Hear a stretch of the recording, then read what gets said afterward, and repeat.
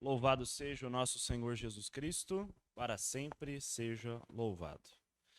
Prezados irmãos, iniciamos hoje a nossa sexta aula do nosso curso de Introdução à Doutrina Social da Igreja. Já percorremos aí um longo percurso, vimos todas as bases da doutrina social da Igreja, seu histórico, seus valores, suas fontes.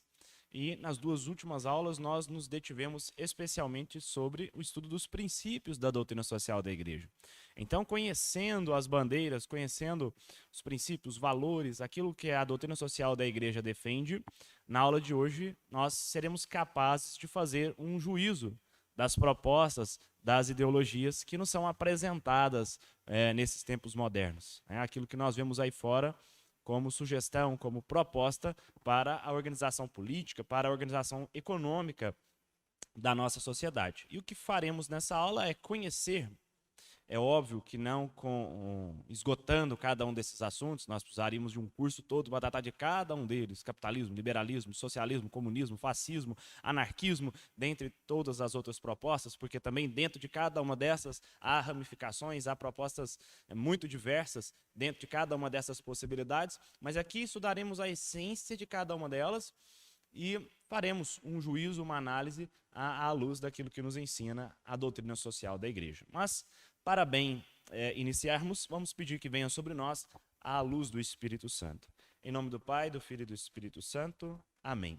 Inspirai ao Senhor as nossas ações e ajudai-nos a realizá-las, para que em vós comece e para vós termine tudo aquilo que fizermos. Por Cristo Senhor nosso. Amém. Rogai por nós, Santa Mãe de Deus, para que sejamos dignos das promessas de Cristo. Nossa Senhora Aparecida, padroeira do Brasil, rogai por nós. Em nome do Pai, e do Filho e do Espírito Santo. Amém.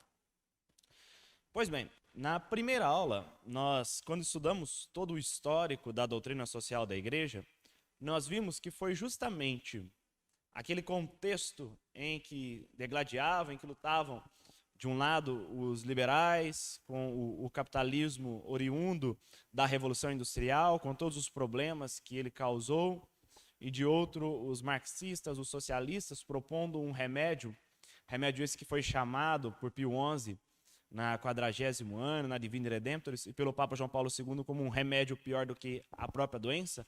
Foi justamente neste contexto em que as ideologias brigavam entre si, que surge a doutrina social da Igreja, como uma resposta do magistério da Igreja a este conflito que o mundo vivia, como uma resposta virtuosa a todo este problema. A Igreja vai trazer a luz, vai mostrar que estas bandeiras poderiam estar corretas em um ou outro aspecto, mas também equivocadas em outros, e apontar o caminho correto para que pudéssemos erigir, construir uma sociedade, uma ordem política e econômica sã, conforme a lei natural e conforme o Evangelho. Mas, já que estamos falando de ideologias, é de suma importância nós entendermos o conceito de ideologia. Hoje, quando se fala de ideologia, as pessoas pensam simplesmente num conjunto de ideias. Dá-se a esse nome de ideologia a simplesmente uma ordem de ideias, quando não é assim. O primeiro a utilizar este termo ideologia com o significado que nós vamos dar hoje foi justamente Napoleão Bonaparte, que criticava uma série de pessoas que defendiam um estudo das ideias por si, desconexo da realidade. Vamos aí ao nosso material para que fique mais claro e depois a gente se aprofunda. Vivemos no tempo das ideologias.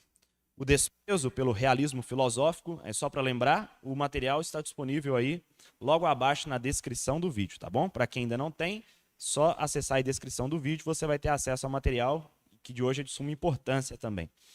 Vivemos no tempo das ideologias. O desprezo pelo realismo filosófico retirou o parâmetro da verdade e da realidade e levou à subjetividade humana. Então, a filosofia realista, chamada filosofia clássica, que nos vem dos gregos, que nos vem de Santo Tomás de Aquino, dos gregos, fala especialmente dos três grandes, Sócrates, Platão e Aristóteles, que não falam dos sofistas, nem de outros grupos que não estão dentro dessa perspectiva do realismo filosófico. Para eles, há a realidade, há uma ordem lá fora. Esta ordem é cognoscível, ou seja, nós podemos conhecê-la, e nós podemos falar dela, nós podemos nós podemos conhecer as leis que estão lá fora, a ordem como ela é. Existe uma realidade lá fora que nós podemos conhecer, abstrair e fazer um juízo de adequação entre o nosso intelecto e esta mesma realidade. Esta é a filosofia realista, aquela que acha que nós podemos conhecer a realidade e nos adequarmos a ela. O problema da filosofia moderna, isso vem desde Descartes. Na verdade, se formos retroceder um pouquinho, nós encontraremos bases dela já nos sofistas gregos, mas na Idade Média também temos um filósofo que é muito importante, que vem com a filosofia nominalista, que é Guilherme de Ockham, que também tem um papel importante aqui, mas a partir da filosofia moderna, que tem o marco histórico em Descartes, nós temos um problema que é o crescimento do subjetivismo humano, para além daquela perspectiva de realidade que é cognoscível e que nós adequamos a ela, agora há um foco na percepção humana sobre essa mesma realidade. Então se passa a duvidar da capacidade humana de perceber a realidade. Ora, se o homem não consegue perceber corretamente a realidade, tampouco ele vai fazer uma adequação do seu intelecto a essa mesma realidade. Então aqui está um dos problemas da modernidade. A perda, digamos assim, da consciência de que nós somos capazes de conhecer o real, de conhecer as coisas como elas são. E se é assim, o foco vai passar muito mais à subjetividade humana, ou seja, a questão da opinião, a questão da nossa ideia, o foco vai estar mais na nossa ideia do que na realidade em si, Assim defende-se a inexistência da verdade como tal. Hoje vemos muita gente dizer isso aí, especialmente nas faculdades, a verdade não existe, cada um tem a sua verdade. Isso é um absurdo, cada um tem a sua verdade. É neste movimento que se inserem as ideologias. Então, enquanto a verdade é uma adequação do intelecto à realidade apreendida, o conceito clássico, já vimos isso no nosso curso quando estudamos os valores, e um dos valores é a verdade. A verdade é adequar-se ao intelectus ad rem, ou seja, a adequação do intelecto à realidade que eu conheço, que eu apreendo. A ideologia é uma sobreposição, ou seja, eu venho com uma ideia e eu quero sobrepor esta minha ideia à realidade. Já que a realidade não é mais conhecida, já que não existe mais verdade, eu crio a realidade a partir do meu intelecto. Então, vamos iniciar com a primeira das ideologias que nos são propostas no mundo moderno. A primeira grande proposta que nos foi feita, que é a proposta do capitalismo.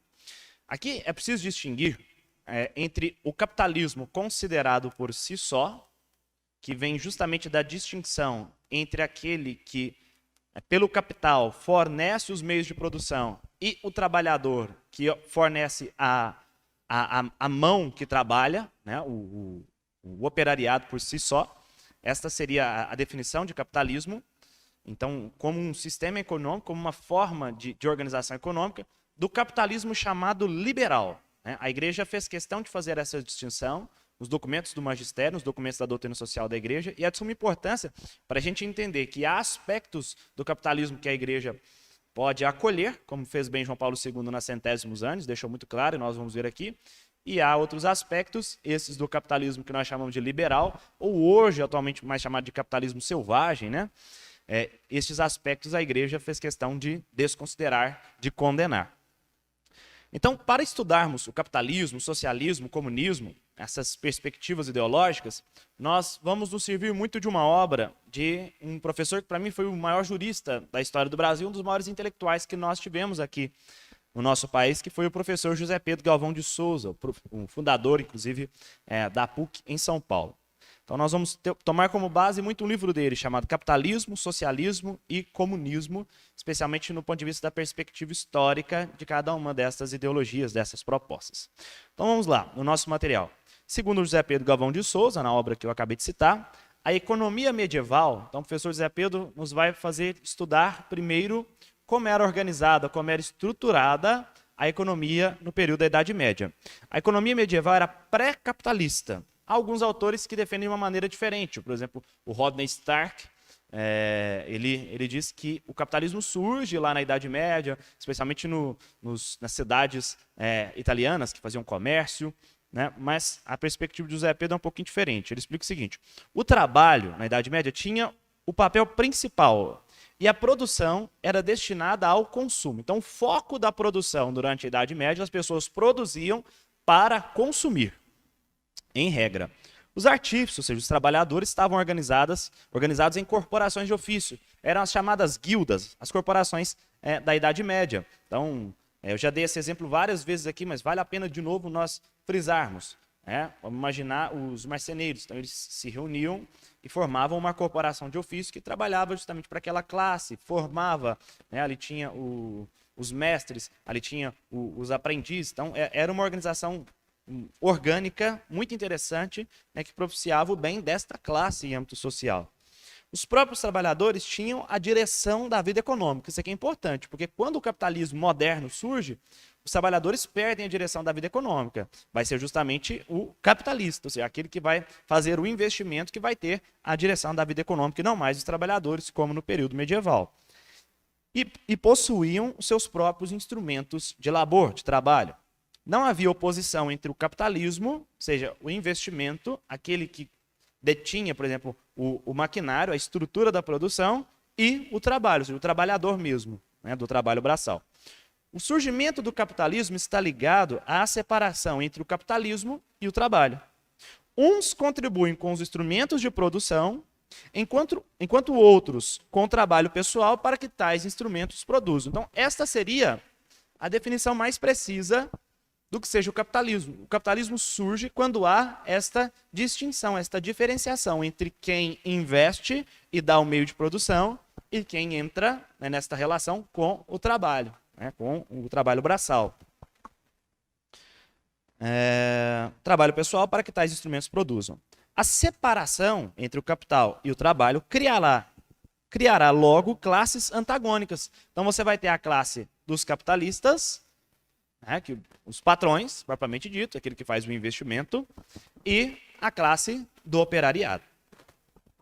O local de trabalho deixa de ser o familiar e passa a ser a indústria. Então, mais uma mudança paradigmática na sociedade. Até então, geralmente, o trabalho era feito dentro de casa mesmo, já que o trabalho era manufatureiro, os artífices tinham as corporações de ofício, mas não trabalhavam. As corporações de ofício não eram fábricas, eram locais em que se aprendia, em que se dedicava ao crescimento daquela classe, mas não era o local do trabalho. O local do trabalho era a residência, a casa.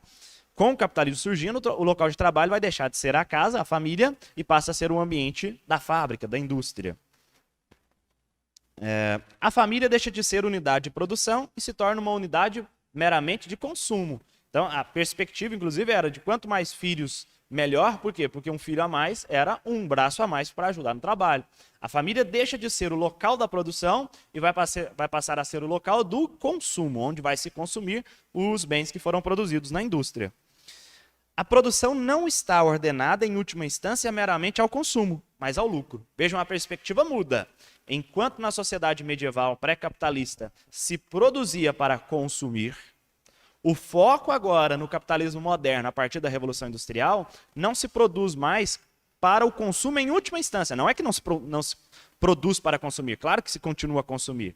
Mas o foco último não é o consumo. O foco último é o lucro deste consumo. Então, no medievo, produzia-se para viver. Na modernidade, vive-se para produzir. Interessante esta nota. Na Idade Média, se produzia para viver, porque o foco da produção era o consumo e a vida em si. Na Idade Moderna, com o capitalismo que surge depois da Revolução Industrial, o foco muda. Se produz, ou melhor, se vive para produzir em vista do lucro. Há um foco exacerbado na economia que resultará na doutrina comunista, como notou Pio XI. Pio XI, ele, quando está escrevendo sobre o comunismo, ele mostra como o capitalismo liberal fez surgir o comunismo. Nós veremos que são por causa de duas razões, mas aqui já percebemos uma. Como o foco passa a ser na economia, tudo é enxergado à luz das relações econômicas.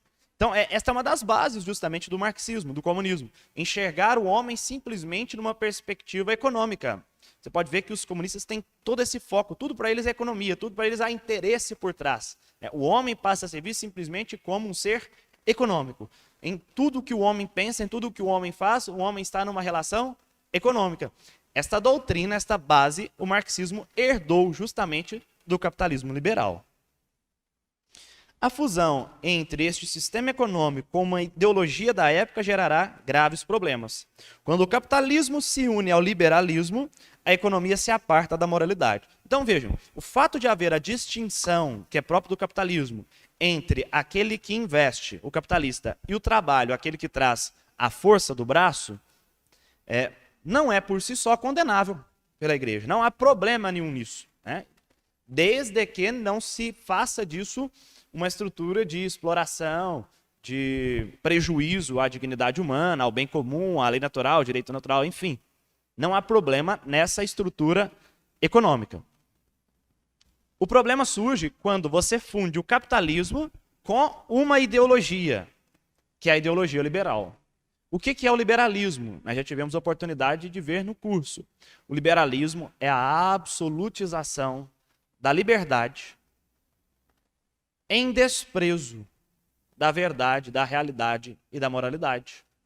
Ou seja, nós somos livres para fazermos o que quisermos, porque não existe uma lei moral objetiva, não existe uma lei natural, não existe uma ordem natural que deve reger as nossas relações humanas.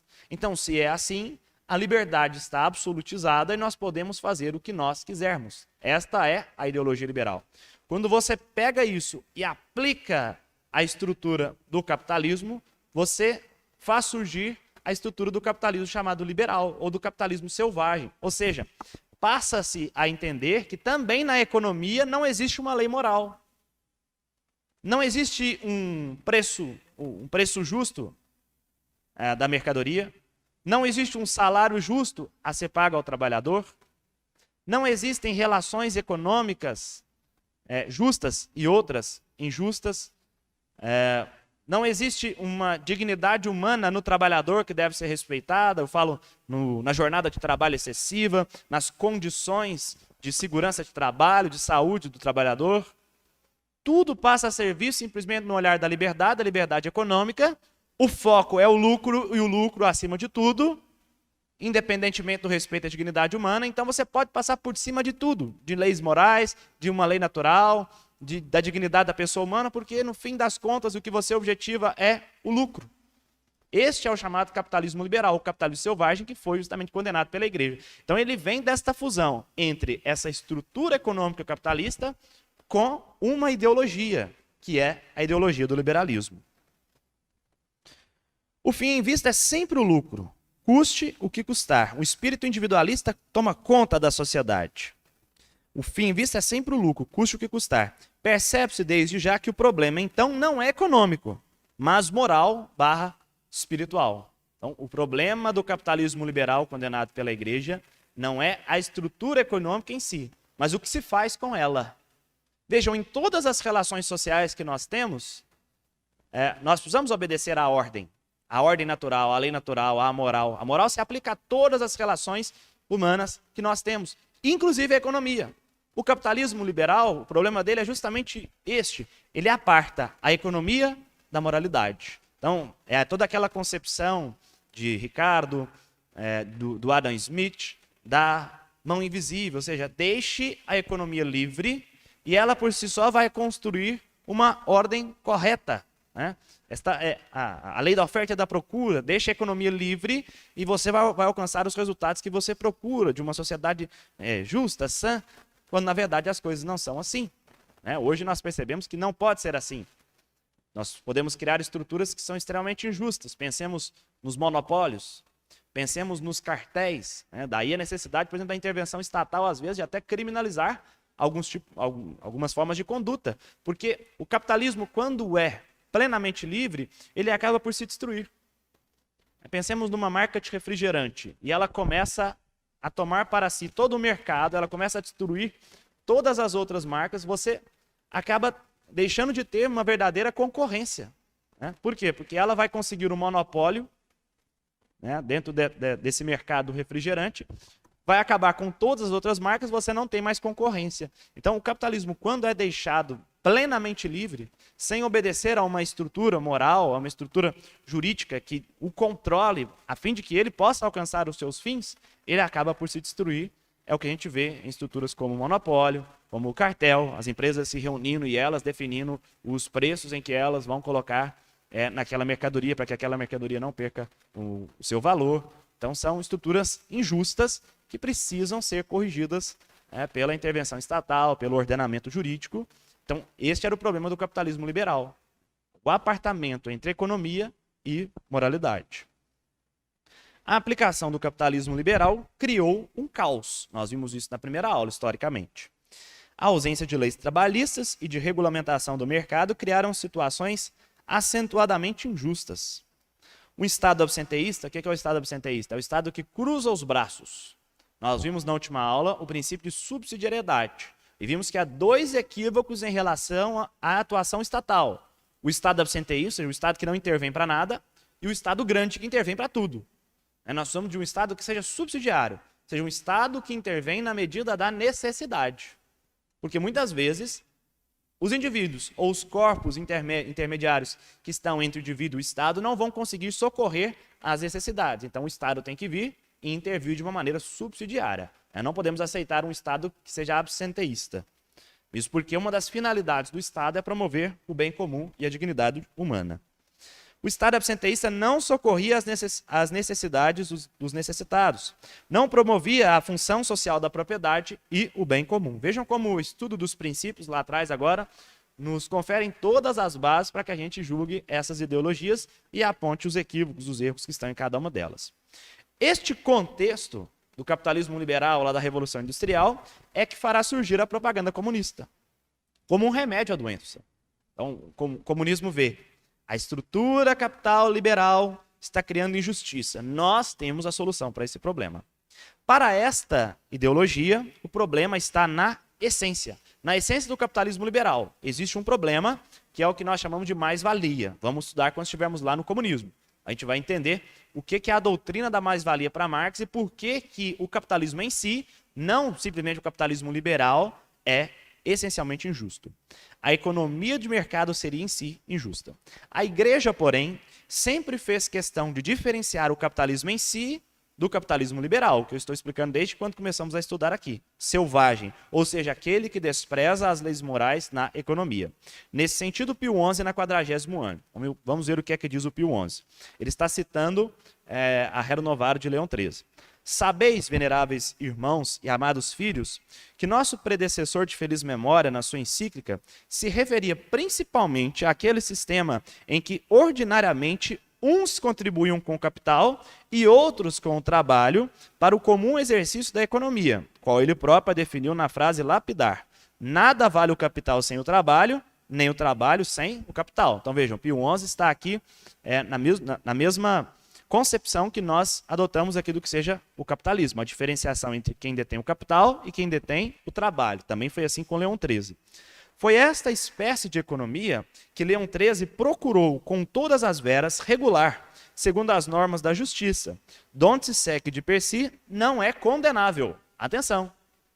Pio XI dizendo, de per si, ou seja, essencialmente, na sua base, naquilo que é só o capitalismo, nessa estrutura econômica de distinção entre quem detém o capital e quem trabalha, não é, por si só, condenável. E realmente, de sua natureza, não é viciosa. Só então, agora ele vai mostrar o que é o problema, que é o capitalismo chamado liberal. Viola a reta ordem quando o capital escraviza os operários, ou a classe proletária confia em condição de que os negócios e todo o andamento econômico estejam nas suas mãos e revertam em sua vantagem, desprezando a dignidade humana dos operários, a função social da economia e a própria justiça social e o bem comum. Então, fica nítido esta diferenciação entre o capitalismo por si só e o capitalismo chamado liberal selvagem. São João Paulo II deixaria tudo às claras nas centésimos anos. Nós estamos em 1991, aqui João Paulo II escrevendo a centésimos anos, 100 anos depois da Rerum Novarum. O Muro de Berlim acabou de cair. A pergunta é, agora que o comunismo, entre muitas aspas, acabou, vemos que não acabou, o mundo há de abraçar o capitalismo? Esta é a pergunta que o mundo está fazendo à igreja e João Paulo II vai responder. Voltando agora à questão inicial, pode-se porventura dizer que, após a falência do comunismo, o sistema vencedor é o capitalismo, e que para ele se devem encaminhar os esforços dos países que procuram reconstruir as suas economias e a sua sociedade? É, porventura, este o modelo que se deve propor aos países do terceiro mundo, que procuram a estrada do verdadeiro progresso econômico e civil? A resposta apresenta-se obviamente complexa. Agora o Papa vai começar a responder. Olha, se por capitalismo se indica um sistema econômico que reconhece o papel fundamental e positivo da empresa, do mercado, da propriedade privada e da consequente responsabilidade pelos meios de produção, da livre criatividade humana no setor da economia, a resposta é certamente positiva. Se são esses os pontos que se quer defender, liberdade, a iniciativa da empresa, a iniciativa individual, a resposta é positiva da igreja. Embora talvez fosse mais apropriado falar de economia de empresa, ou de economia de mercado, ou simplesmente de economia livre. Seria uma denominação mais apropriada e mais correta, como faz o Papa João Paulo II. O próprio Carlos Alberto Saccheri chega a fazer essa distinção, né, entre capitalismo e economia de mercado, né, sendo que o capitalismo já recebeu, de alguma maneira, essa pecha de estar muito conjugado com o liberalismo e por isso seria um sistema econômico condenável, né? Mas há que se fazer essa distinção entre o capitalismo e o capitalismo liberal. Mas, agora ele vai falar do capitalismo que a igreja condena, que a igreja não aceita. Mas se por capitalismo se entende um sistema onde a liberdade no setor da economia não está enquadrada num sólido contexto jurídico que a coloque ao serviço da liberdade humana integral e a considere como uma particular dimensão desta liberdade, cujo centro seja ético e religioso, então a resposta é sem dúvida negativa. Traduzindo, deixando muito claro, a igreja não tem problema com o sistema econômico do capitalismo em si, da sua forma como ele se organiza, diferentemente do socialismo, como veremos, que a partir da mais-valia condena essa estrutura econômica. A igreja não tem problema com ele, mas com uma ressalva. Desde que esse sistema econômico, essa estrutura econômica, obedeça à lei moral, obedeça à lei natural. Busque a dignidade humana, busque a função social da propriedade, a função social da empresa, o bem comum. Desde que se respeite isso, não há problema entre doutrina social da igreja e a estrutura da economia de mercado ou a estrutura capitalista por si só. Condenável seria, portanto, o capitalismo chamado selvagem. João Paulo II deixa muito claro, é necessário ter um Estado, é necessário ter uma ordem jurídica que regule este capitalismo a fim de que ele alcance os seus fins. Né? Eu dei o exemplo aqui do cartel, dei o exemplo do monopólio, nós podemos pegar muitos outros institutos jurídicos que nós temos que fazem essa regulação. Por exemplo, o direito do consumidor é tão necessário, as próprias leis que regulam a função social da propriedade, os institutos, como a desapropriação, como a uso capião, dentre muitos outros, como a regularização urbana, as leis urbanísticas, para que a propriedade atenda à sua função social, o fato de que para que você abra uma empresa você precisa de uma autorização do poder público, tudo isso é de suma importância a fim de que o capitalismo não se perca num capitalismo selvagem e ele mesmo acaba se autodestruindo, como nós vimos antes. Uma conclusão, então, a igreja assim não condena a economia de mercado em si. Não são condenáveis a liberdade econômica, o lucro por si só não é condenável, a iniciativa privada. Condena-se sim a destinação equivocada de tais propostas, aquela de cunho liberal, apartada da moral, do bem comum e da dignidade humana. O compêndio da doutrina social da igreja assim esclarece. Agora o compêndio nos trará um esclarecimento a respeito de muitas coisas, como lucro, a livre iniciativa. Vamos ver o que é que diz a igreja. A doutrina social da igreja considera a liberdade da pessoa em campo econômico um valor fundamental. Atenção! Um valor fundamental a liberdade em campo econômico. E um direito inalienável a ser promovido e tutelado. Cada um tem o direito de iniciativa econômica e cada um usará legitimamente de seus talentos para contribuir lembrando da parábola dos talentos, né? Para contribuir para uma abundância que seja de proveito para todos e para colher os justos frutos de seus esforços. Tal ensinamento põe de guarda contra as consequências negativas que derivariam da mortificação ou negação do direito de iniciativa econômica. A experiência demonstra-nos que a negação desse direito ou a sua limitação em nome de uma pretensa igualdade, está falando justamente da propaganda socialista, de todos na sociedade, é algo que reduz, se é que não chega mesmo a destruir de fato, o espírito de iniciativa, isto é, a subjetividade criadora do cidadão. É a perspectiva do princípio de subsidiariedade. O cidadão que está mais próximo do problema é quem deve ter o direito assegurado, a sua iniciativa para resolver aquele problema. O Estado só vem intervindo posteriormente. Então, a autonomia individual, a iniciativa individual são valores muito caros à doutrina social da Igreja. Nesta perspectiva, a iniciativa livre e responsável em campo econômico pode ser definida como um ato que revela a humanidade do homem enquanto sujeito criativo e relacional. Tal iniciativa deve gozar, portanto, de um espaço amplo, diz o compêndio. O Estado tem a obrigação moral de pôr vínculos estreitos somente em vista das incompatibilidades entre a busca do bem comum e o tipo de atividade econômica iniciada ou as suas modalidades de realização. A doutrina social reconhece a justa função do lucro. Vejam, o lucro não é, por si só, condenável pela doutrina social da Igreja. O lucro é necessário. Se você não tem lucro numa empresa, tampouco você vai ter condição de pagar os salários dos seus trabalhadores, obviamente. Como primeiro indicador do bom andamento da empresa. Quando essa dá lucro, isso significa que os fatores produtivos foram adequadamente usados e as correlativas necessidades humanas devidamente satisfeitas. Isto não ofusca a consciência do fato de que nem sempre o lucro indica que a empresa está servindo adequadamente à sociedade. É possível, por exemplo, que a contabilidade esteja em ordem e, simultaneamente, os homens que constituem o patrimônio mais precioso da empresa sejam humilhados e ofendidos em sua dignidade. É o que acontece quando a empresa está inserida em sistemas socioculturais caracterizados pela exploração das pessoas, inclinados a fugir às obrigações de justiça social e a violar os direitos dos trabalhadores. Então vejam bem, o lucro por si só não é condenável, mas quando o lucro está colocado acima de tudo, colocado mesmo acima da dignidade dos trabalhadores, aí temos um problema. É toda aquela perspectiva que nós já vimos. O capitalismo não pode ser apartado da moralidade, do bem comum, da dignidade humana.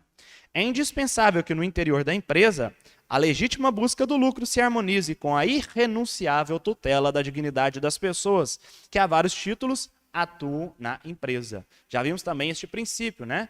O primado do trabalho sobre o capital. Antes é preciso pensar nos trabalhadores, nos consumidores, que vão também receber aquele produto, do que simplesmente no lucro. O lucro tem que ser uma consequência justa desta relação. Então, primeiro há que se pagar bem aos trabalhadores, primeiro há que se fazer um produto de qualidade que seja entregue aos consumidores e só depois se pensa no lucro. As duas exigências não estão absolutamente em contraste uma com a outra, pois que, de um lado, não seria realista pensar em garantir o futuro da empresa sem a produção de bens e serviços e sem conseguir lucros que sejam fruto da atividade econômica realizada. Por outro lado, consentindo crescer a pessoa que trabalha, se favorece uma maior produtividade e eficácia do trabalho mesmo. A empresa deve ser uma comunidade solidária, não fechada nos interesses corporativos, tender a uma ecologia social do trabalho e contribuir para o bem comum mediante a salvaguarda do meio ambiente natural. Então, ficou claro para nós a posição da Igreja em relação à chamada economia de mercado, pelo Papa João Paulo II, ou pelo capitalismo. É preciso sempre lembrar da ordem moral, da lei natural, para que o capitalismo não se desvirtue, não se perca. Mas, por si só, essa estrutura não é, em si mesmo, injusta. Injusta pode ser o que se faz com ela. Agora vamos à segunda proposta, que é a do socialismo / comunismo. Faz-se muito essa distinção entre socialismo e comunismo. Na verdade, nós temos muitos autores desta ordem, do socialismo, do comunismo. Então, cada autor defende uma vertente, defende uma perspectiva diferente. Se formos, por exemplo, a Owen, se formos, por exemplo, ao Saint-Simon, perceberemos ali uma estrutura muito, de alguma maneira, com uma propaganda muito próxima da propaganda cristã, de justiça social, tem diferenças, mas entre elas, do socialismo chamado socialismo tópico antigo e o socialismo científico inaugurado pelo Marx, pelo Engels, há muita diferença, né? Então, nós vamos fazer, de alguma maneira, essa diferenciação, mas estudarmos a essência do problema daquilo que seja o socialismo ou daquilo que seja o comunismo. A visão socialista, mais uma vez, aqui herdamos as bases daquilo que nos ensinou o professor José Pedro Galvão de Souza. A visão socialista surge por herança ideológica e histórica de aspectos do capitalismo. Vimos isso, né? Na parte histórica, pois foram as circunstâncias injustas que propiciaram a propaganda comunista. Historicamente, o comunismo, o socialismo só cresce porque a estrutura do capitalismo liberal gerou uma série de injustiças. Então, o capitalismo ganha força por quê? Porque ele é uma bandeira contra estas mesmas injustiças. Então, historicamente, o socialismo surge deste combate aos problemas gerados pelo capitalismo liberal. Na parte ideológica, também tem uma herança, que é o fato de ter colocado o foco na realidade da economia. Como o capitalismo liberal coloca o foco, o centro no lucro, tudo passa a ser visto sob uma perspectiva econômica. Esta perspectiva, este foco na economia vai ser herdado pelo socialismo. A base materialista, né, do socialismo, aqui ela ganha muita força, porque o homem é simplesmente um animal que produz, um animal econômico. Seu foco está sempre na economia, seus interesses são sempre interesses econômicos. Portanto, o foco da ideologia socialista está nesta perspectiva, um foco muito econômico. Você pode perceber que o socialista fala muito da perspectiva econômica. Em tudo há um interesse econômico por trás, né? Eles sempre fazem as suas denúncias nessa perspectiva. Olha o interesse econômico por trás dessa coisa. Tudo tem interesse econômico. Vem interesse econômico em tudo. Então, vem justamente dessa perspectiva de um homem considerado como um animal econômico, né, cujo foco está simplesmente na economia, como se não houvesse outros interesses, como se não houvesse outros fins que o homem busca realizar. Na linha de José Pedro Galvão, o primeiro equívoco socialista é semelhante ao de Rousseau. O problema está no sistema social, não no ser humano. Atenção. Assim, defende-se que a reforma social não pressupõe uma reforma interior.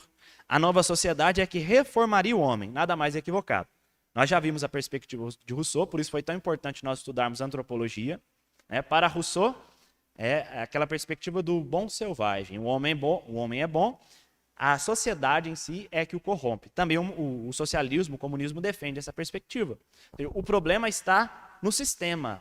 O problema está na ordem que o sistema capitalista liberal, burguês, impôs sobre o homem. Então você não precisa fazer uma reforma da pessoa, como que era a doutrina social da igreja. Já falei isso muitas vezes aqui no nosso curso. Para a doutrina social da igreja não há soluções para a vida social, para a vida comunitária, que não partam de uma reforma interior do homem. Basta pensar num patrão. Se ele é um homem virtuoso, se ele é um homem convertido, esta virtude dele vai desencadear uma série de benefícios para os trabalhadores, para os consumidores e para a sociedade como um todo. Se este homem não é virtuoso, nós teremos problemas para os trabalhadores e para a sociedade. Então, a igreja entende que não há reforma social que não passe primeiro por uma reforma interior. Já para o socialismo, não. Para o socialismo, o problema está no sistema. Há um sistema, isso é algo profundamente gnóstico, um sistema que está equivocado, um sistema que é injusto por si só, e nós temos a gnose, nós temos o conhecimento que vai nos libertar desse sistema, que é a propaganda socialista com a luta de classes, com a ditadura do proletariado. Então vejam, isso é muito importante entender, um dos primeiros pontos em que há uma dissociação, em que há uma verdadeira briga entre aquilo que defende a doutrina social da igreja e aquilo que defende o socialismo, o comunismo. Isso é importante porque nós fomos todos educados, especialmente nos últimos anos, na escola, a entendermos de que o capitalismo seria aquela estrutura econômica injusta e o socialismo seria aquela estrutura que nos vem defender a igualdade, a justiça e coisas do tipo, né? Até hoje, quando você fala mal do comunismo em alguns setores da igreja, as pessoas ficam irritadas. Mas como assim? Todo cristão é comunista no fim das contas? Porque, afinal de contas, o comunismo defende a justiça, defende a igualdade, defende a justiça social. Alto lá, vamos com muita calma, né? Porque há muitos pontos na propaganda comunista que são, em si mesmos, condenados pela igreja. Ou seja, a sua propaganda, a sua estrutura é por si só uma estrutura que não está de acordo com a ordem natural. E a primeira delas é esta. Nós católicos não consideramos que a reforma social parte da mudança do sistema em si, mas primeiro da reforma interior, da reforma das pessoas. Então, primeiro ponto.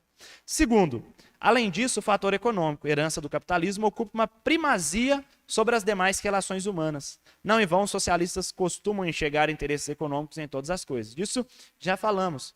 Mas vale a pena também pontuarmos isso. Para os socialistas, o foco está sempre na economia. Para nós católicos, não. O homem tem muitos fins, o homem tem muitos interesses que a sua natureza demanda.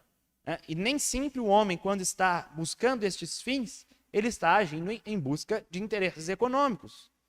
Alguém que está anunciando a palavra de Deus está agindo em busca de benefícios econômicos? Alguém que está estudando para conhecer a verdade está estudando com uma finalidade econômica, para ganhar dinheiro, para lucrar em cima disso? Então, nós precisamos pensar nisso. Alguém que está fazendo um momento de oração, está fazendo isso com interesse econômico?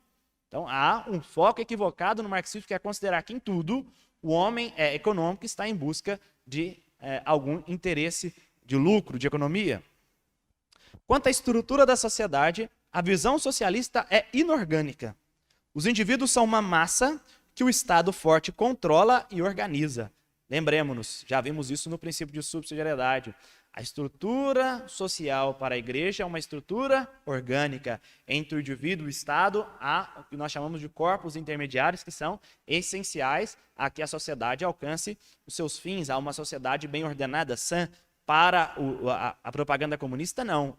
A sociedade não é orgânica. Você tem indivíduo e você tem o Estado forte, que é aquele que promove a igualdade e a justiça social. Historicamente, não foi isso que aconteceu. Os países em que o comunismo vigeu por algum tempo, nós percebemos foi uma enorme distinção entre aqueles que detinham poder, que se tornaram muito ricos, muito poderosos, e o povo como um todo, que foi nivelado numa pobreza extrema. Os indivíduos são uma massa que o Estado forte controla e organiza. Desvaloriza-se os corpos intermédios, a não ser que eles sirvam aos intentos ideológicos, como, por exemplo, os sindicatos. Então, o sindicato serve para esta base inorgânica socialista? Depende. Se ele favorece a revolução, se o sindicato se torna uma estrutura que passam a fazer luta de classes, que passam a fazer a propaganda comunista, então ele serve. Se não, ele não serve. Lembremos, a doutrina social da igreja considera de grande valor os sindicatos. O problema é a deturpação dos sindicatos para fins políticos. Se os sindicatos fazem isso, eles já perderam a sua razão de ser.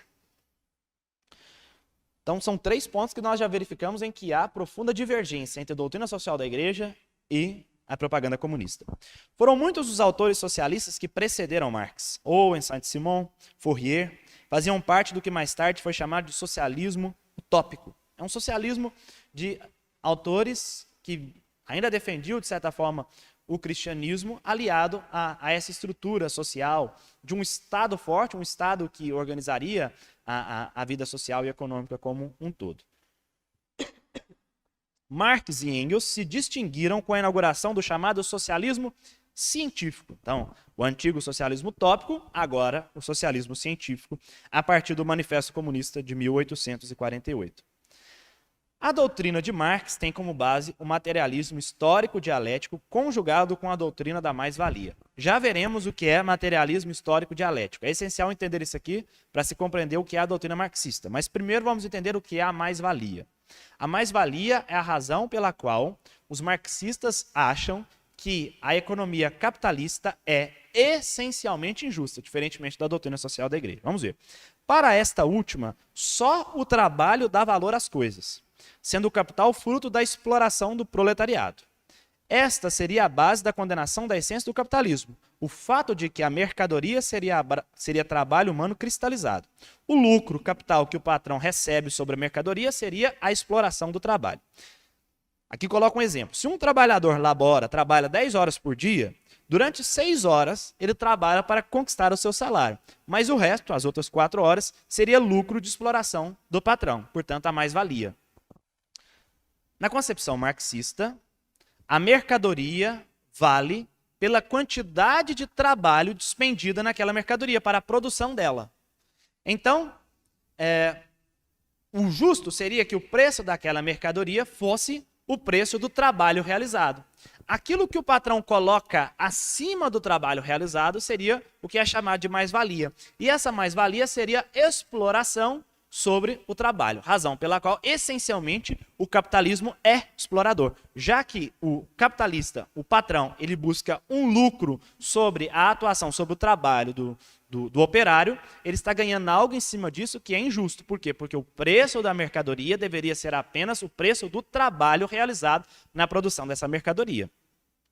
O erro da mais-valia está em que o valor das coisas não consiste apenas no trabalho realizado, mas em sua raridade, em sua necessidade, em sua utilidade, dentre outros fatores. Pensemos, por exemplo, em alguém que vai produzir determinada joia. Então, se ele pegar um material ouro e ele pegar um material que é muito mais barato, que é muito mais desvalorizado, porque não é tão raro quanto o ouro de se achar naturalmente, para o comunista, no fim das contas, essa mercadoria deveria valer o mesmo preço, deveria ter o mesmo valor. Por quê? Porque o trabalho realizado naquela joia foi o mesmo.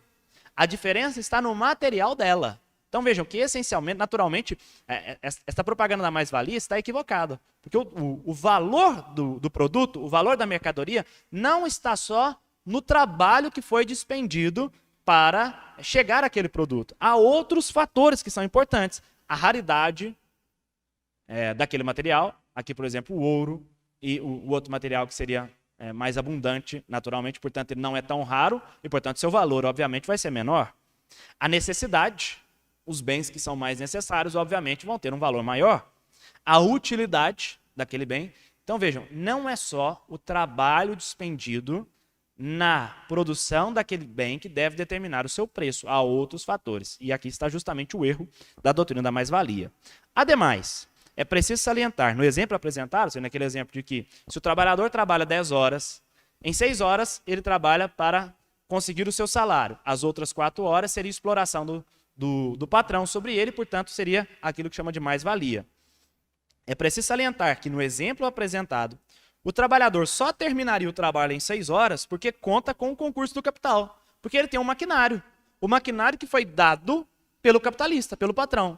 Como o patrão coloca a serviço dele aquele maquinário, ele consegue fazer aquele serviço em 6 horas. E do trabalho intelectual de direção. Todos sabemos disso. Todo mundo que já pisou numa fábrica sabe disso. É preciso que você tenha alguém que faça a direção daquele trabalho para que aquele trabalho flua bem, para que se chegue dentro da escala de produção, para que se chegue à finalidade, que é o produto. Então, esta propaganda, essa doutrina da mais-valia, ela está... quando ela considera que essencialmente o capitalismo ele é problemático porque ele é explorador, ela está equivocada. Vejam, não é que não possa existir exploração. Pode sim. Se um trabalhador está colocando o valor de uma mercadoria muito alto, primeiramente ele já está ferindo o preço justo. Se ele não paga corretamente o salário do trabalhador por aquele trabalho, ele está ferindo o salário justo. Aqui sim há exploração. Mas essa exploração não é da essência dessa relação econômica. Esta relação econômica, por si só, não é uma relação econômica injusta. Ela pode se tornar injusta na medida em que seu uso é injusto, é inadequado.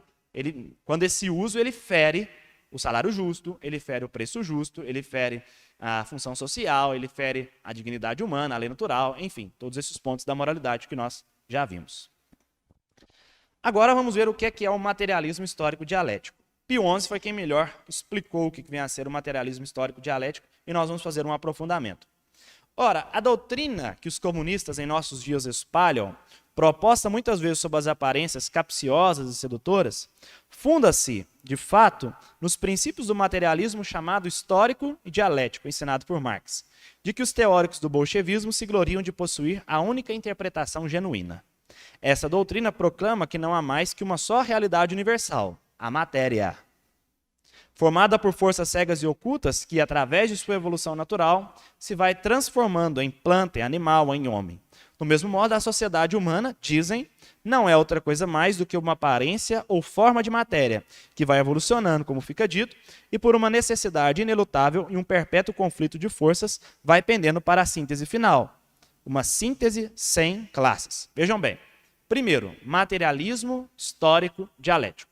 O primeiro ponto da doutrina marxista, da essência da doutrina marxista, é o chamado materialismo. O que é o materialismo? É a concepção de que tudo que existe é matéria. De que só existe aquilo que é material, aquilo que é palpável, aquilo que nós podemos tocar. O homem, por exemplo, não tem alma. O homem, por exemplo, não tem espírito. Portanto, para Marx, por exemplo, a religião não é mais do que ópio do povo. Né? Por que o trabalhador ele não se rebela? Ele não se rebela porque tem uma religião que está falando para ele que as estruturas injustas desse mundo vão passar um dia, porque depois vai ter um céu, vai ter uma vida eterna, vai ter um paraíso para ele. Então a religião serve como um ópio. O homem, porque crê na vida eterna, não faz revolução, a revolução do proletariado neste mundo. Por isso a religião é um ópio. Mas é uma mentira. Por quê? Porque na verdade só existe aquilo que é material. É um primeiro ponto que está em plena discordância conosco na doutrina social da igreja. Para nós o homem é um ser que tem corpo, que tem matéria, mas que também tem uma alma espiritual e um espírito onde ele faz comunhão com Deus. Né? E a realidade espiritual, a realidade da alma do homem, são realidades mais fortes do que as realidades puramente materiais. Né? O ideal para nós é de que, embora o corpo tenha o seu valor e a sua dignidade, mas de que a alma é quem controle o corpo. Né? A visão de Santo Tomás de Aquino é o homem como um cavaleiro. O homem sentado sobre o cavalo. O corpo seria como essa estrutura do cavalo e a alma seria o cavaleiro. Ou seja, a alma é quem deve guiar o corpo. Né? Para os comunistas, porém, tudo é material. Tudo é materialismo. Só existem interesses materialistas. O homem, tudo que busca são satisfações materiais. Tudo mais seria ópio. Tudo mais seria mentira. Essa doutrina materialista, o Marx vai herdar de um autor chamado Feuerbach. Para Feuerbach, a religião seria algo que o homem inventa como uma muleta, para que ele pudesse passar pelas dificuldades desse mundo. Então, para Feuerbach, o cristianismo foi uma invenção que o homem criou. O homem criou a religião. A religião não existe, na verdade, de fato, porque tudo é simplesmente material. Então, materialismo. Histórico dialético. O que é essa dialética marxista? Marx a herdou de Hegel. Quando o Hegel morreu, ele deixou alunos no âmbito da direita e alunos no âmbito da chamada esquerda. Marx estava no grupo da esquerda. A doutrina hegeliana, a dialética hegeliana, era a seguinte: para Hegel, o mundo é um perpétuo conflito de ideias. E você tem um espírito universal que vai fazendo com que este conflito de ideias crie um progresso natural na história, até que nós, no fim das contas, chegaremos a uma sociedade perfeita. Para ele, a história, este conflito de ideias acontece da seguinte forma: você tem uma tese, ou seja, você tem uma defesa, você tem uma ideia, você tem uma sugestão a se corrigir na sociedade. Alguém vem e apresenta uma antitese, uma antítese. Então, deste confronto entre a tese e a antítese, vai surgir sempre uma síntese que é melhor do que a tese e que a antítese. Por quê? Porque ela apropria em si o que há de bom na tese e o que há de bom na antítese. Só para exemplificar, imagine que você está participando de alguma competição e aí vocês querem dizer assim: olha, esse jogo vai demorar 3 minutos, alguém diz. Aí chega uma outra pessoa e fala assim: olha, eu acho que 3 minutos é muito pouco. Vamos fazer com que esse jogo dure 5 minutos. E aí alguém chega e fala assim: mas peraí, 5 minutos está muito. 3 minutos está pouco, 5 minutos está muito. Alguém chega e diz: não, então peraí. Já que 3 está pouco e 5 está muito, eu tenho a solução. Vamos colocar 4 minutos, seria a síntese. Você tem uma tese, alguém deu uma proposta, alguém chegou com uma proposta que é o contrário, ou seja, a primeira era um tempo escasso, o segundo é um tempo abundante, alguém chega com uma síntese, fala: não, vamos em 4 minutos. Então, para o Hegel, isso na realidade das coisas, na sociedade, a sociedade está neste constante conflito de ideias. Alguém apresenta uma tese, outro vem e apresenta uma antítese, uma antitese. Deste confronto entre a tese e a antítese vai surgir uma síntese que é melhor. Esta síntese passa a ser agora uma nova tese. Contra ela vai vir uma nova antítese e deste confronto vai surgir uma nova síntese. E assim sucessivamente. Esta é a dialética hegeliana, até que, pelaquilo que o espírito universal na doutrina de Hegel vai fazendo, vai promovendo este conflito de ideias, no fim das contas nós vamos chegar a sociedade perfeita, digamos assim. O Marx herda isto por quê? Porque na concepção do marxismo, o mundo está neste profundo estado de conflito. É aquilo que o marxismo chama de luta de classes. Ou seja, é justamente da luta entre as classes antagônicas, uma seria a tese, a outra seria a antítese, que você vai fazer surgir a síntese, que é sempre melhor do que a tese e a antítese. Essa síntese vai se tornar uma nova tese, contra ela vem uma antítese e, por conseguinte, uma nova síntese. E assim vai sucessivamente. Ou seja, para a doutrina marxista, entendam bem, este é o ponto essencial para se compreender por que é que a doutrina social da igreja entende que o marxismo é, em si, essencialmente equivocado e mal. Porque ele entende que o progresso na sociedade advém da luta de classes. Você precisa colocar os grupos antagônicos, você precisa colocar as pessoas, você precisa colocar as estruturas em uma luta constante. Por quê? Porque o progresso social, econômico e político só pode vir de uma luta. Então você precisa colocar o patrão de um lado e o trabalhador do outro, e eles precisam brigar, porque um é a tese e o outro é a antítese. E é justamente desta luta que virá a virtude, que virá a síntese.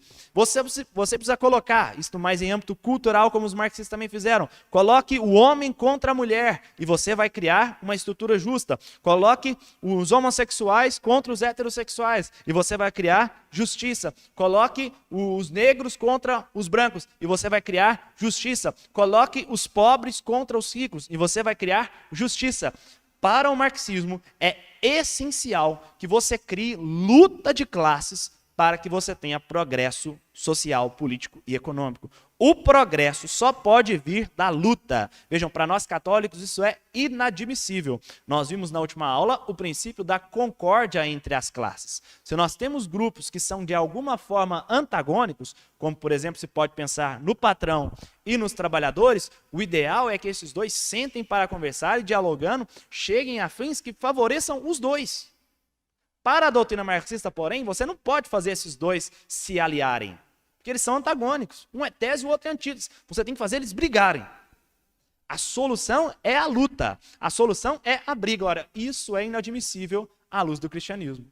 Para nós não colocamos as pessoas em guerra constante, como se fosse da guerra que nós alcançaríamos os frutos positivos na sociedade.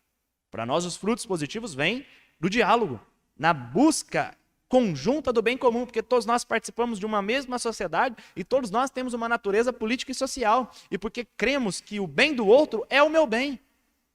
Esta é a doutrina católica a respeito da sociedade. É por isso que não há conciliação perfeita. Não há. É impossível que haja conciliação. Disse muito bem Pio XI. É impossível que haja um socialista cristão.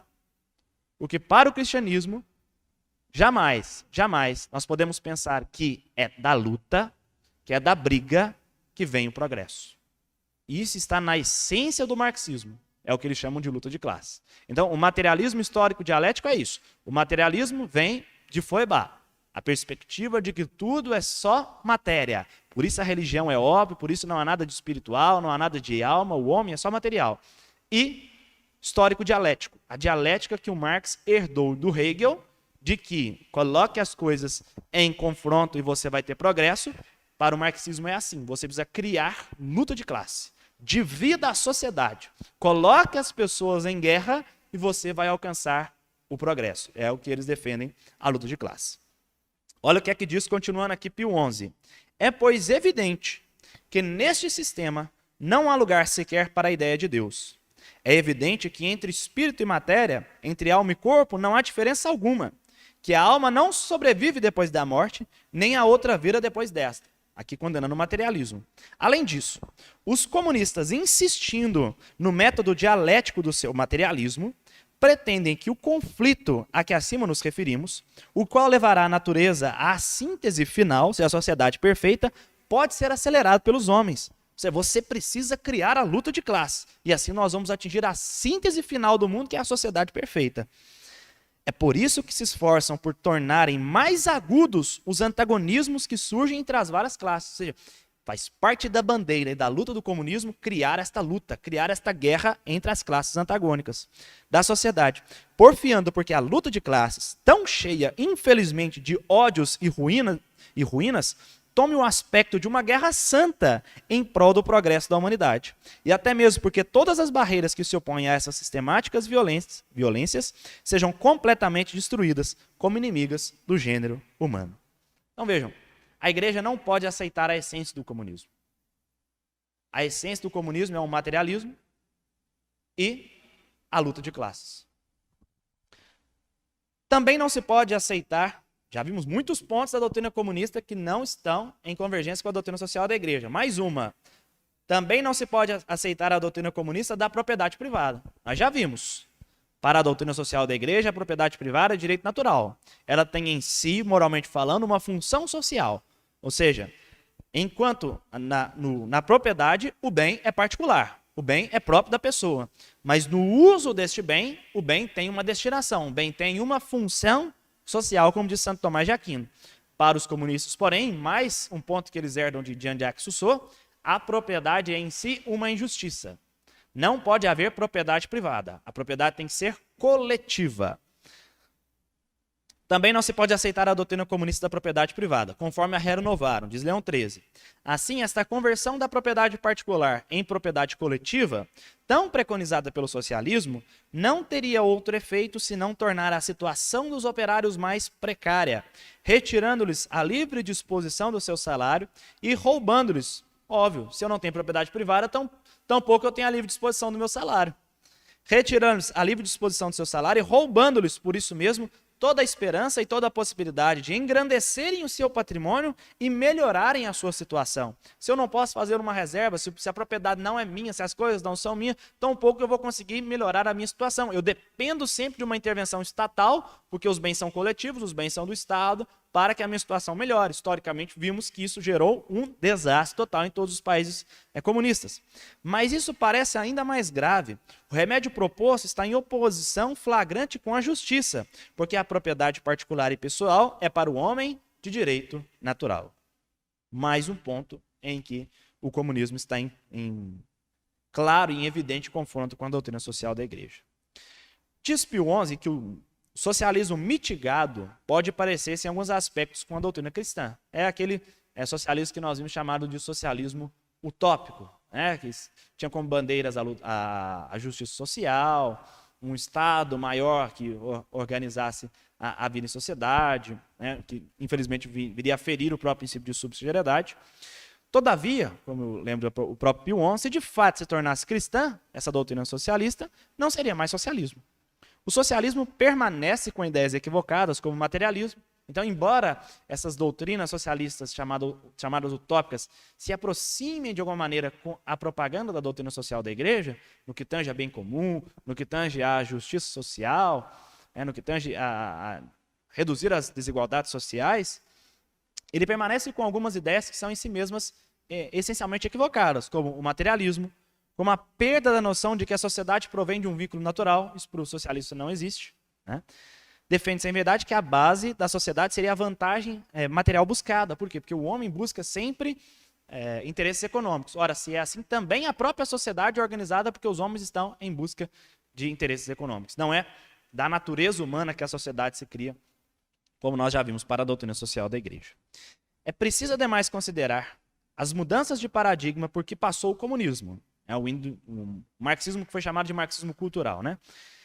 Que será estudado adiante. Nós vamos estudar isso especialmente nas duas últimas aulas, porque veremos como o marxismo ele muda o seu modus operandi, ele muda o seu foco da estrutura econômica e política, ou seja, de levar os trabalhadores a pegarem armas para fazerem a ditadura do proletariado, para fazerem a revolução, e passa a ter um foco na realidade intelectual, na realidade cultural, especialmente com Karl Koch, com a Escola de Frankfurt e com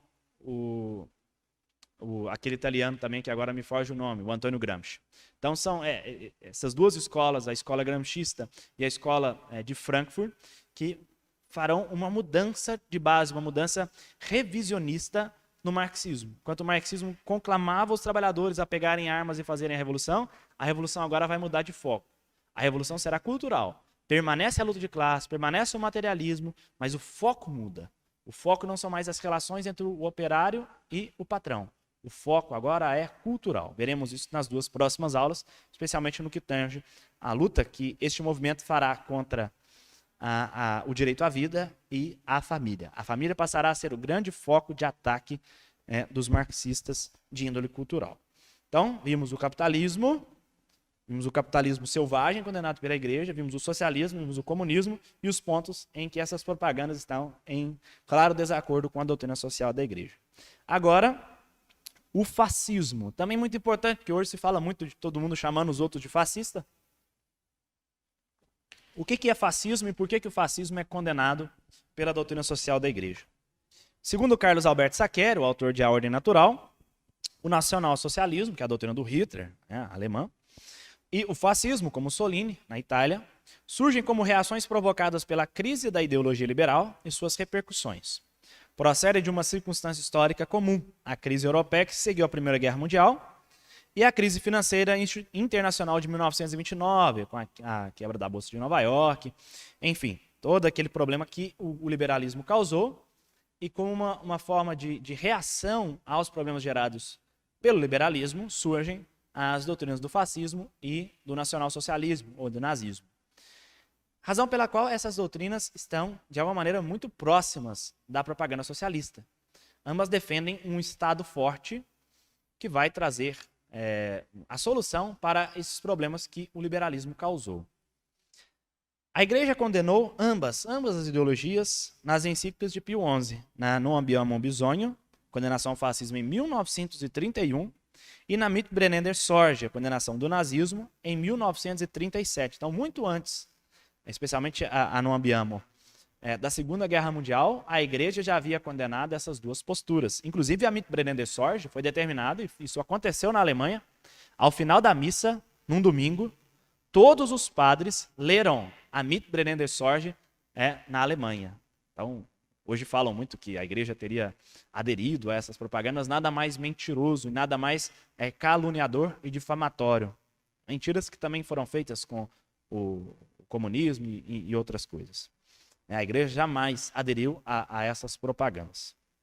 O que houve, por exemplo, foi um acordo entre a Santa Sé e Mussolini, por exemplo, com o Tratado de Latrão, em 1929, pelo qual a igreja simplesmente readquiriu o espaço que hoje ela tem do Vaticano, que é de 0,44 km². A igreja antigamente tinha, por exemplo, o Estado Pontifício, pegava grande parte do território italiano.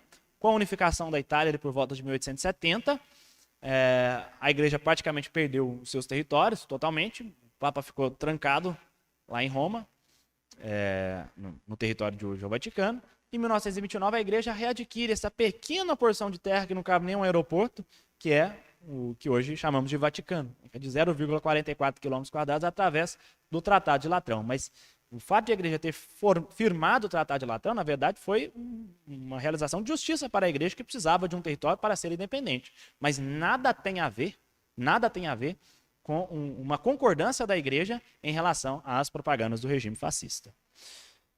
Ambos têm em comum, fascismo e nazismo, uma estatolatria totalitária contrária à subsidiariedade, à família e à organicidade da vida social. Tudo no Estado, nada contra o Estado e nada fora do Estado, diria Benito Mussolini. Vejam como isso está em claro confronto com o princípio de subsidiariedade, que propugna que os indivíduos devem ter autonomia para resolver as suas demandas e depois os corpos intermediários devem vir em socorro aos indivíduos e só depois você tem uma intervenção do Estado e essa intervenção do Estado é subsidiária. Quando você coloca um Estado grande, você busca tudo no Estado. Olha essa frase do Mussolini, tudo no Estado, nada contra o Estado, nada fora do Estado, você tem uma estatolatria, ou seja, o Estado passa a ser um grande Deus e tudo se concentra na realidade do Estado. Esse é o fascismo. O fascismo busca em tudo a face do Estado, razão pela qual o fascismo não pode ser acolhido pela doutrina social da igreja. Pio XI assim define o fascismo no Non Abbiamo Bisogno. Uma verdadeira estatolatria pagã em aberta contradição tanto com os direitos naturais da família como os direitos sobrenaturais da igreja. Já o nazismo, além de ter este ponto que é a estatolatria, ele tem ainda a seguinte agravante, que é a defesa da eugenia. Né? O que é a eugenia? É a concepção de que existe uma certa característica humana que faz com que um ser humano tenha mais valor do que o outro. Eugênio significa isso, puro. Né? Então, há um grupo de pessoas com uma determinada característica, no caso, na propaganda nazista seria a classe ariana. Este grupo de pessoas seria um grupo de pessoas hierarquicamente em dignidade superior aos demais seres humanos. É por isso que você podia matar os judeus, por exemplo, porque era uma raça inferior à chamada raça ariana.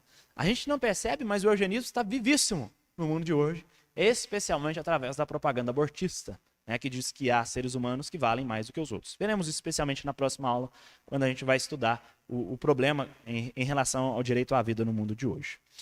E, além disso, o fascismo italiano tinha uma pretensão muito nacional. Ele era com foco voltado especialmente para os territórios italianos. Por sua vez, o nazismo alemão ganhou um contorno de buscar áreas internacionais. Foi por isso que começaram a invadir outros países, né, o que deu ensejo à Segunda Guerra Mundial. Né? A pretensão de dominação internacional que tentou realizar com invasões a vários países, o primeiro deles a Polônia, né, dando ensejo à Segunda Guerra Mundial. Então era a diferença que existe entre o nazismo, o nacionalsocialismo alemão, e o fascismo. O fascismo não tinha tanto essa perspectiva eugênica como tinha o nazismo, embora também violasse muitos dos direitos naturais, e a perspectiva do fascismo era mais nacional e a perspectiva do nazismo se tornou uma perspectiva internacional. Então, são os pontos pelas quais a igreja condena essas duas ideologias. Por fim, uma quarta ideologia, esta um pouco mais fraca atualmente, já que hoje tanto se defende a importância do Estado, das instituições, mas o anarquismo ainda existe. Né? E o que é o anarquismo? Ele consiste na negação do valor de qualquer forma de autoridade.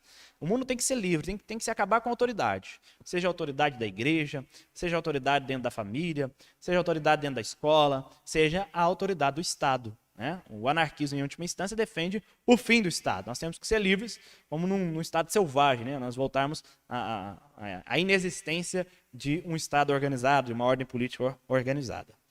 Qual que é o problema do anarquismo? É que ele está em claro confronto com o princípio da autoridade, que é um princípio muito importante para a doutrina social da igreja. A igreja valoriza a existência de autoridade. Nós precisamos de autoridade. Santo Tomás de Aquino, na Suma Teológica, ele se pergunta se não tivesse acontecido o pecado original, será que ainda assim nós precisaríamos do Estado? Ou nós poderíamos entrar no anarquismo? E a resposta de Santo Tomás, sim, nós precisamos. Porque o homem, como tem uma natureza social, precisa de organização desta sociedade. E para que haja organização da sociedade, você precisa de autoridade. Toda a sociedade, todo grupo de pessoas precisa ter uma autoridade, sem a qual este grupo de pessoas não vai conseguir chegar a seus fins. Para que possa se organizar, ele precisa de autoridades. Assim, uma associação precisa ter seu diretor, seu presidente. Assim, uma fundação precisa ter alguém que vai estar à frente dela. Assim, a igreja precisa ter o pastor, o padre. Assim, a comunidade, enfim, todos. Dentro de casa, há necessidade de que haja a autoridade dos pais. A autoridade é essencial quando você tem sociedade. Onde tem sociedade, tem autoridade. Se você não tem autoridade, a sociedade ela vai se tornar um verdadeiro caos, porque ela precisa de organização, ela precisa de ordem, e a ordem precisa de uma autoridade. Então, o Catecismo da Igreja Católica, quando ele fala do quarto mandamento, que é honrar pai e mãe, ele nos lembra que este quarto mandamento se aplica às outras autoridades. Não somente ao pai e mãe dentro de casa, da nossa família, mas às outras autoridades que Deus mesmo constituiu, como diz São Paulo. Toda autoridade vem de Deus. Vejam bem, não é a pessoa que ocupa essa autoridade. Essa ideia, por exemplo, do direito divino dos reis, foi condenado por muitos santos. O Francisco Soares, por exemplo, da Escola de Salamanca, vai escrever muito sobre isso. O próprio Santo Tomás de Aquino.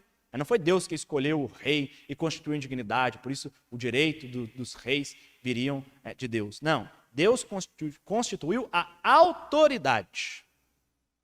A autoridade, não aquele que ocupa o cargo de autoridade, como se esse fosse um representante de Deus. Muito cuidado com isso. O quarto mandamento da lei de Deus manda que honremos também todos aqueles que, para o nosso bem, receberam de Deus alguma autoridade na sociedade. e esclarece os deveres dos que exercem essa autoridade, bem como os daqueles que dela beneficiam. Aqueles que exercem alguma autoridade devem exercê-la como quem presta um serviço. Quem quiser entre vós tornar-se grande será vosso servo, disse-nos Jesus em Mateus capítulo 20, versículo 26. O exercício da autoridade é moralmente regulada pela sua origem divina, a autoridade, pela sua natureza racional e pelo seu objeto específico. Ninguém pode mandar ou instituir o que for contrário à dignidade das pessoas e à lei natural. O exercício da autoridade visa tornar manifesto uma justa hierarquia de valores, a fim de facilitar o exercício da liberdade e da responsabilidade de todos. Os superiores exerçam a justiça distributiva com sabedoria, tendo em conta as necessidades e a contribuição de cada qual, e em vista da concórdia e da paz. Estarão atentos a que as regras e as disposições que tomam não induzam em tentação, opondo o interesse pessoal à da comunidade. Os poderes políticos são obrigados a respeitar os direitos fundamentais da pessoa humana. Vejam bem, o que o catecismo está dizendo? Está dizendo que a autoridade é um valor, que ela é uma necessidade social, que a autoridade vem de Deus, mas que quem está ocupando o posto da autoridade não tem poder absoluto. Por quê? Porque deve obedecer a uma hierarquia de valores, deve obedecer a uma lei natural, deve guiar esta autoridade para o serviço, para o bem comum, para o bem das pessoas e não para o seu bem individual. A autoridade é diferente de autoritarismo. Os poderes políticos são obrigados a respeitar os direitos fundamentais da pessoa humana. A submissão à autoridade e a corresponsabilidade pelo bem comum exigem moralmente o pagamento dos impostos, o exercício do direito de voto, a defesa do país. Então vejam, muita gente fala, né? Imposto é roubo. Para a doutrina social da igreja, não. Como nós formamos uma sociedade, nós todos precisamos contribuir para o bem dessa sociedade. Roubo pode ser a destinação daquilo que se arrecada com este imposto. Se destina mal, se vai para bolsas individuais, se vai para uma destinação que não está de acordo com o bem comum, aí sim você pode chamar o imposto de alguma forma de roubo. Mas em si, o imposto não é problemático, o imposto é devido. Nós temos que contribuir com a sociedade, com a nossa ordem, porque o Estado tem tarefas a realizar, e o Estado precisa ser sustentado pela população como um todo, pelo povo, através dos impostos. O cidadão é obrigado em consciência, agora porém, vejam bem, embora nós devemos obedecer às autoridades, embora as autoridades sejam uma necessidade, há o chamado direito de escusa de consciência, quando esta autoridade está nos determinando coisas que não estão de acordo com a lei natural. Vejam bem, o cidadão é obrigado em consciência a não seguir as prescrições das autoridades civis quando tais prescrições forem contrárias às exigências da ordem moral, aos direitos fundamentais das pessoas ou aos ensinamentos do Evangelho. Se alguém que exerce uma hierarquia sobre mim, uma autoridade sobre mim, me manda praticar um furto, me manda praticar um roubo, me manda praticar algo que está em contrariedade com a lei natural, eu tenho uma obrigação de obedecer. Não a esta autoridade, mas a uma autoridade superior, a autoridade de Deus, do qual provém a lei natural. Então vejam bem, para nós, a autoridade é importante, mas existe uma hierarquia de autoridades. As autoridades desse mundo estão subordinadas a uma autoridade superior, que é a autoridade de Deus. Os apóstolos falaram isso. Convém antes obedecer a Deus do que aos homens. Os apóstolos não tinham um espírito revolucionário contrário às autoridades. Mas quando as autoridades desse mundo lhes mandaram coisas que eram contrárias à autoridade de Deus, eles disseram, convém antes obedecer a Deus do que aos homens. O católico deve buscar obedecer às autoridades civis constituídas? Sim, mas antes obedecer à autoridade de Deus. E se há um conflito entre a autoridade de Deus, que nos dita pela lei moral, pela lei natural, pela lei do Evangelho algo, e a autoridade civil desse mundo nos dita algo em contrariedade com aquilo que a autoridade de Deus está nos dizendo, nós temos um dever de obedecer, mas obedecer a Deus, que tem autoridade superior às demais autoridades. Então é por isso que o anarquismo é condenado pela igreja, porque para nós a autoridade é um valor, conquanto a autoridade esteja subordinada, seja direcionada ao bem comum, à lei natural, à dignidade da pessoa humana. Então, assim nós encerramos essa nossa aula, vimos as 4 grandes propostas, com as 4 grandes ideologias que estão aí fora. É claro, como eu disse no começo, nós não tínhamos aqui o interesse de esgotá-las todas. Nós temos muitos autores tratando de cada uma delas e cada um vai defender uma perspectiva. Mas aqui queríamos pegar aspectos essenciais e as razões pelas quais os papas, né, através das encíclicas, condenaram essas ideologias ou aquilo em que essas ideologias se transformavam. Vamos rezar então uma Ave Maria. Nas 2 próximas aulas, nós entraremos na questão do direito à vida e na importância da família para a ordem social, conforme a doutrina social da Igreja. Rezemos a Ave Maria.